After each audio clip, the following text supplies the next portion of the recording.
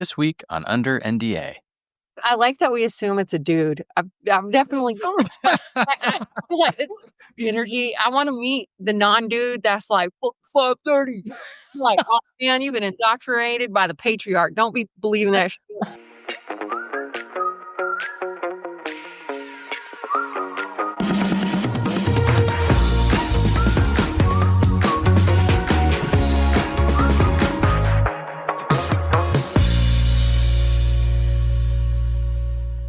Hello and welcome to this week's episode of Under NDA.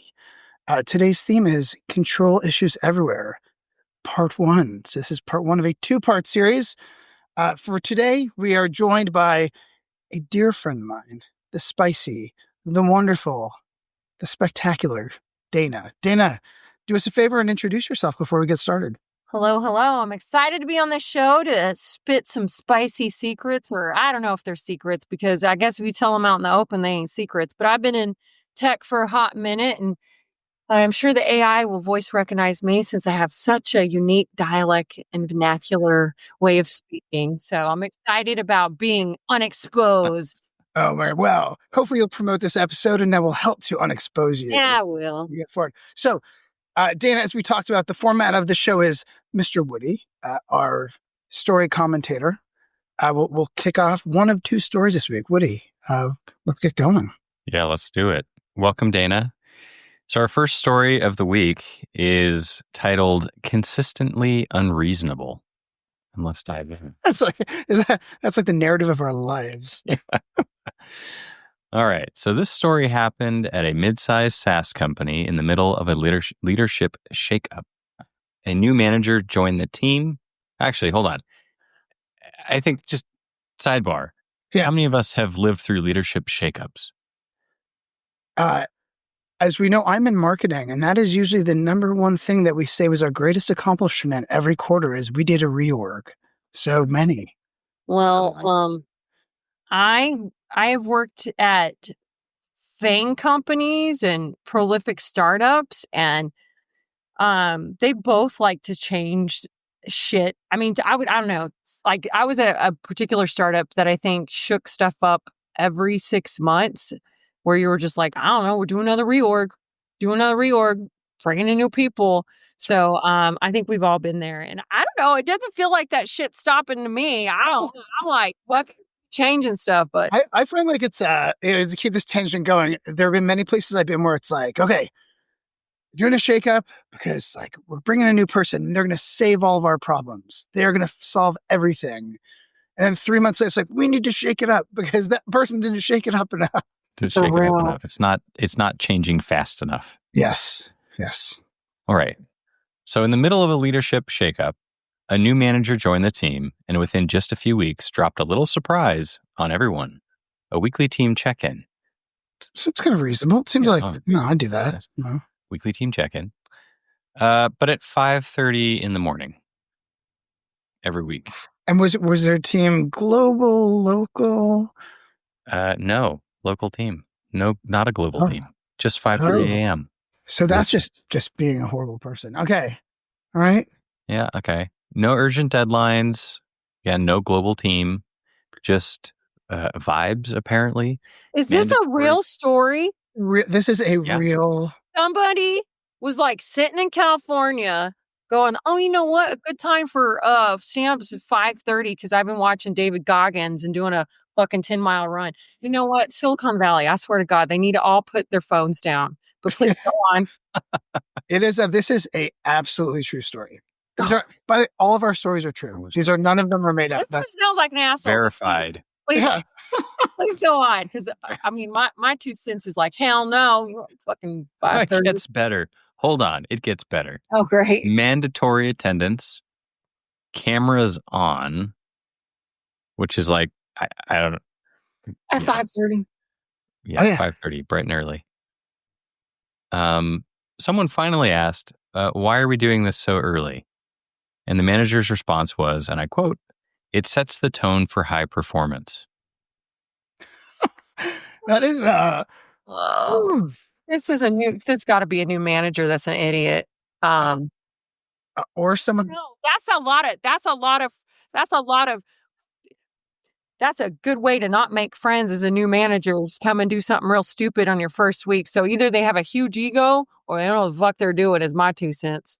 Well, I also wonder. So the thing that I think that makes these situations even much worse, because I've had meetings 7, 8 o'clock at night. So I would end off the day in meetings when their manager loves them, especially an executive, a C-level executive, then they think it's like, this is great. Like, you're just making your people work harder because they should work harder because they're not doing enough. So I wonder if, like, is this accepted behavior there? Like, is he being hailed as a hero by the C-level, or is it just like a generally like... I like that we assume it's a dude. I'm definitely... I feel like it's energy. I want to meet the non-dude that's like, 5:30. Like, oh man, you've been indoctrinated by the patriarch. Don't be believing that shit. I like to roll out of bed, get my hair done, do all my stuff. I can't wait for your story. Is there any other? What do you? Come on, tell me. Oh, we're just getting started. When asked if we could change the time to something more reasonable, the manager responded with, "Consistency matters more than comfort." The kicker that these weren't even high-stakes meetings. We're not crunch time, nothing going on. Most of them were 5-minute verbal updates that could have easily been dropped in Slack or email. But week after week, everyone shows up, cameras on, eyes glazed over. Until one week, the manager didn't show up. Oh, so then his first, no, this is nice. Instead, his chief of staff popped on and said he wouldn't be joining, but asked the team to carry on without him, to maintain team rhythm and to set the tone for next week's planning. So it was a 5:30 a.m. meeting to make a plan for the next plan. Right. Okay. So it sounds like he starts the series, shows up for a couple of them, and then says, "Hey, keep going, but I'm not going to attend myself any longer." Yeah, this would be like, I would be like, I am now officially in charge and I will be stopping these meetings. That is the plan we came up with for the next meeting, is we won't be doing them anymore. Yeah. It's terrible. So this was the breaking point. Later that day, the team sent him a note. They said they'd no longer be turning on cameras for the 5:30 a.m. meetings and that they were reporting the scheduling to HR, not because they were being difficult, but because the whole thing was just a little unreasonable. No agenda, no outcomes, just forced participation for the sake of optics. A few days later, a new invite hit everyone's inbox. The meeting would now rotate between 5:30 a.m. and 8 p.m. to accommodate everyone more equitably. Now, I'll tell you what's really going on is this person had a job, this was their second fucking job. And they're like, oh shit, I'm carrying 2 jobs. I don't know, localized or not. Maybe they had a remote gig. Because why in the hell? Why would you do that? Why? But I mean, yeah, the salaried employees, but you're going to go and create a culture of like, you're working to live. Yeah. You're living to work. That's your, like, you like, get out of here. I just want to talk about, I just had a call this morning. Talking to someone who was just away on vacation and was like checking his phone. And the CEO of the company is amazing. This amazing guy who was like, dude, put down your phone, like stop responding. And we talked about American culture versus like European. So when I used to have a team in Copenhagen, when they went on vacation, we called it Goodbye July because they just left. You couldn't reach anybody, right? And in France, it's actually illegal for a manager to contact their employee after work hours or on the weekend. In Portugal. Yeah. And you look at that, you say, okay, like they're that balance of like, I work and I live and the two can coexist. Whereas I really feel like tech, especially, there are no boundaries. And, a lot of my neighbors I talk about this, they work for Nike. So they're in the retail apparel business and they work normal hours. They work hard, but they work normal hours. And they are often shocked when I'm doing like a call on a Saturday or when I have to leave my kid's school thing to go have a conversation on a Friday. Yeah. And so I think maybe it's partially our own faults, but like tech, it's this idea that unless you're giving it all in the hope of the big win, like you're really just not giving anything. Oh man, Silicon Valley grind culture's back and it's a bunch of like optics. But Woody, is that the worst of it? So that was their solution. Let me go and give you an alternative time that's also terrible and past dinner. Tell her why he moved. Oh, yes. Why the 8 o'clock though? Why the 8 o'clock option? The 8 o'clock option was made available to accommodate everyone more equitably, especially for families who wanted to have dinner first. Oh, great. But it wasn't equitable, obviously. It was just kind of a different kind of miserable. That's the end of the story. There's no resolution. Does this mean those people are still doing that? I can't imagine there's a No. team That left. person, that team probably did a coup on that leader and was like, get the F out of here, you. I think that this would have been,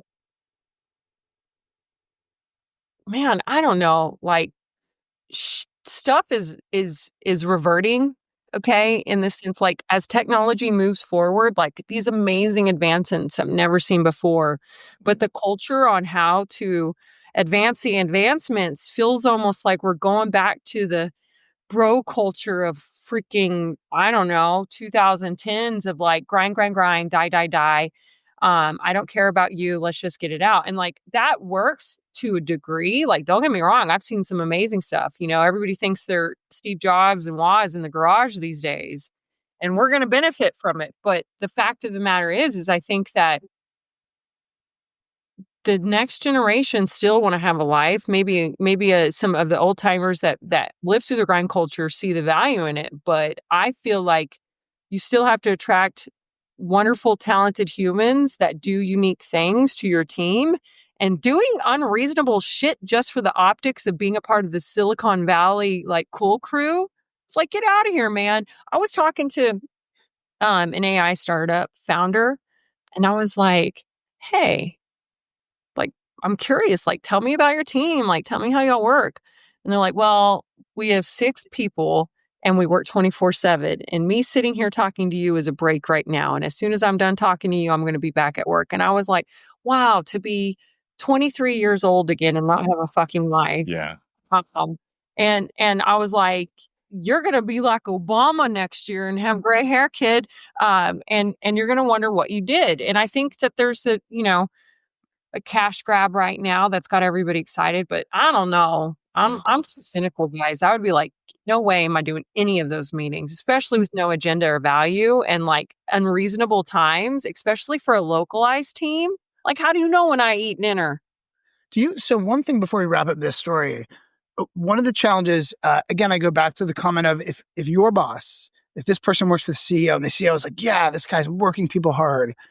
The people that are on the lower levels, it's a real conundrum for them, right? Because they want to say something, but it's being rewarded at the executive level. What would you recommend, Dane, if you were part of a team or had a team and it was, a few rungs down and this behavior was happening, or actually, I'll change this. If you were witnessing this, if you were seeing another team, like if I was working with you and I did this to my team, how would you approach this? Because oftentimes, if I'm a early person in my career, I'm a middle manager, I'm dealing with a vice president, SVP, probably not going to have the courage to say something. And maybe HR doesn't feel like they're on my side, which often happens. I mean, I would look and go back and see what you signed up for. I mean, you're going to have a whole bunch of people quiet quitting. The reality of it is like tech jobs are becoming more and more scarce. People are getting laid off left and right. There's fear in speaking up. You may tolerate this crap, but every one of your employees are going to be looking to leave. And I think as a lower level employee, like, you got to protect yourself. I mean, you don't get a lot of options when you just like, oh, I just want a job. Yeah. At this point, it's like, I fucking just want a job. I think that one, unfortunately, you're going to have to tolerate it a little bit. But my advice to them is like, get some people on your side, like make your voice stronger. I think a culture like that already has a lot of marks against it where you probably can't even speak up if this is the vibe that they're setting. I'd be like, well, shit, is this a place for me to be successful? Because I don't necessarily know if they're creating a place for me to be successful. And if it's coming top down, then the culture's been set. And like, you gotta look to yourself and say, do I want to be here? And the challenge is with not a wealth of experience. And even if you do, like, that's a privilege sometimes to have these positions. So I don't know. I mean, some people attack this by going real vocal and shaming online and in anonymous forums. I think that has to be part of it. But until it affects the bottom line, I don't know. I've always pushed against the current and tried to speak up no matter what I've had, but like not everybody feels comfortable and competent or not competent, but comfortable and set up. Yeah. Do that, right? And I think in a situation like this, if this was allowed from the highest level, I'd be questioning, do I see my future self being here? And I'm sure that if the company had any kind of care about their employees, that this is just one of many, many red flags across the board. Like, this is a huge red flag in my opinion. And I bet it's on Glassdoor. I bet it's on Blind. I bet it's on whatever social platform where people can go and be upset about it. It's there. But again, it's a difficult situation if the company is having a good impact. But usually when I see shit like this being enforced and being set, company's probably not doing it because it's out of control. Yeah, in the world. So in the world of red flags, Woody, let's get to our next story because it's a good one. And actually, Dan, I'm sure this, not from where we've worked, but I'm sure in your life you have seen something somewhat similar to this. So, yeah, let's dive on in. So the second story that we have today is called "The Manager Who Faked a Data Breach." Man, we're going to get these stories. All right. So here we go. Some lessons are meant to be learned the hard way, just preferably not by everyone at once. At a mid-sized startup, a newly hired manager decided it was time to test the team's readiness for phishing attacks. all these new His method, yeah, let's do this. His method, a live fire drill. Okay. Mm-hmm.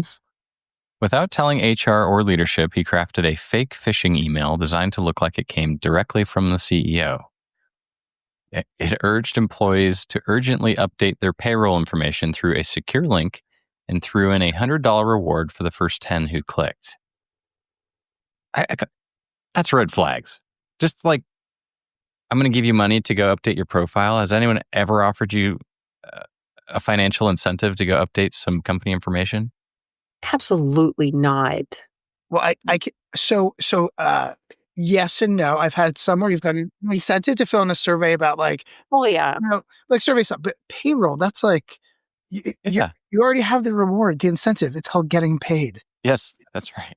Like the alternative you have to pay someone. You have to pay someone to make sure their information is correct so they get paid. I don't know. I'm always suspicious of anything that looks too good to be true. And like this, I'd be like, I don't know. This sounds ridiculous. It's a huge distraction. I don't. Well, so as soon as someone think I'm going to be expecting a little payment every time I do anything for my team. Oh yeah, I'll schedule that meeting. Just slide me $10. I mean, come on. Oh man, show me $10. But dozens of people fell for it. And then just 2 days later, during the company's all-hands Zoom, the manager took it even further. He shared his screen without warning and launched into a full breakdown of the results. And showed who all clicked on it. A leaderboard. A leaderboard appeared. I hope the CEO was winning. Oh my god.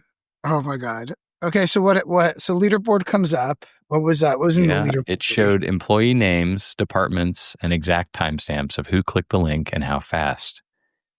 And then came the commentary, sarcastic jokes, public call-outs, accusations of being repeat offenders, even asking a few if they were actively trying to get breached. That's weird. This person, I still assume it's a guy. I'm like, oh, this guy sounds horrible. I mean, I know CISOs love this game. They love it. Not even them, security engineers. They fucking love it. They love the trap. I feel most of them want to be hackers. Like no shade. I love a good security engineer and you probably could hack some shit. But it's like, is this the biggest threat of your company? And I know all the research says like, your biggest data breaches and threats come from the inside, from insecure tools and employees and social engineering, blah, blah, blah, blah. I'm sure. I don't know. I just feel like it's just shitty. Naming and shaming, though, ain't going to teach nobody shit. Okay. I'm all for like, I get them too. It's like sometimes I get an email and I'm like, that shit is phishing. And we have tools where I work that actually do that as a part to get, the real-time security posture.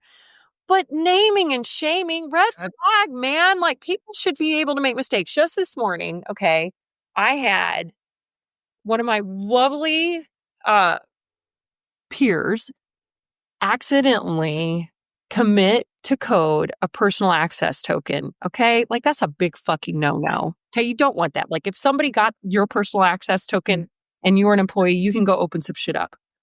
It was found real quickly, but they didn't go at our weekly meeting and be like, employee X, you fucking committed a pat.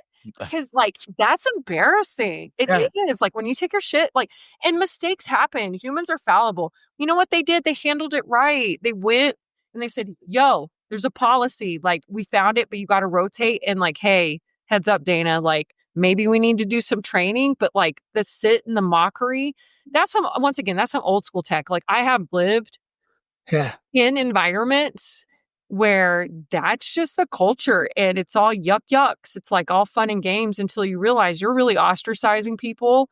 You're making it not a safe space. And then people have an air of learned helplessness because they're afraid that they're going to get publicly called out. And like, people are going to do great work if they feel like any kind of fuck up is going to be put on a leaderboard. I don't know, but you also have to have some levity at work. And I think that you could do something in a fun, spirited way because, you know, we all mess up, but like, this is mean-spirited. No shame. So the funny thing is when I hear the first part of this story, I'm like, actually, that doesn't sound so bad to do a phishing thing, see if people react. But then, to your point, instead of making it a teaching moment of like, hey, you should have seen this and thought, well, you know, that's a really weird thing. Why would the company do this? And ask questions. Give them like, because it can be a great teaching moment, right? To be like, hey, come on, like this could be absurd. Look at the email address it came from, blah, blah, blah. But then to turn into just a shaming exercise, like that is just. Horrible. Yeah, nobody likes that. I mean, again, when you're like, I don't know, you don't know the type of day somebody had. Like straight up, like shit's sensitive out there. There's a lot going on in the world. And it's like, great, is this the cherry on top of my terrible day? And now you're going to make me even feel more inadequate because I'm a dumbass. I was at a 5:30 a.m. meeting and now I'm being shamed over a phishing. Because I wanted $100. $100 bucks. I hope I need that $100. I maybe needed that $100. Okay, you don't know what's going on with me. Maybe you know. So I don't know. That's a bummer. Is this at the same place or are these two different? These are two different places. Well, thank goodness. So the first one was actually reported to us. This one we found on the internet. Okay. So that's where we found. Maybe Whittick's in the name of time. I think we need to run through just to see how does this conclude? We have an outcome. So the fallout was immediate. Within hours, HR was fielding complaints. Employees described it as a violation of trust, a lack of transparency, and an inappropriate use of internal behavioral data. The CEO, who had no idea his name and email format had been used, was furious. So the CEO didn't even know. Wasn't even looped in. It's like, oh shit. Yeah. Oh, God. Wow. Okay. But Yeah. I think that person probably got fired. Sounds like a company-wide apology was sent out. The manager acknowledged poor judgment, apologized to those who felt targeted, admitted he had miscalculated the tone and delivery. Here's the deal. There's some things that are teachable, but you know what's not teachable? Being a good person. You just either are one and you got to be one, and like you show up every day being a good human. Or, I mean, like, you know, like I said, you know, you hire assholes. You can't teach an asshole not to be one. They have to make that decision. And so, like, I don't have a lot of weight. Like, to me, that's a character problem if they thought that was okay. I think one of the things that stands out to me is, like in both stories, there were both, well, this one, actually, I remember the first one. He was a new manager. And so was he thinking the culture was one where these kind of things were accepted to prove himself quickly? And that might be the bigger problem is like the culture of the organization, or at least what was presented to this person in the hiring process when he came on board, you know, of course, part of his onboarding. To me, that becomes a big question. Like, did he think this was the right thing to show that he was capable? I don't know. Looking for a splash. But with that, go the road trust. These were two very, very fun stories. Dana, I hope you enjoyed yourself. Thank you for joining us. We really appreciate it. And yeah, we'll see you soon with a bunch of eggs for me. Yeah. That really gives you away. I loved it. And guys, I got a story for y'all to add to the NDA bank. I thought of one that was just as terrible. I won't share it now. I'll give it to y'all though after this. So that is a great call. If you or anyone like Dana have a story to share, please go to underndapodcast.com and we have a form for you to submit your story. All is completely anonymous. Thank you. Thanks again, Dana. Thanks, y'all. Thanks, Dana.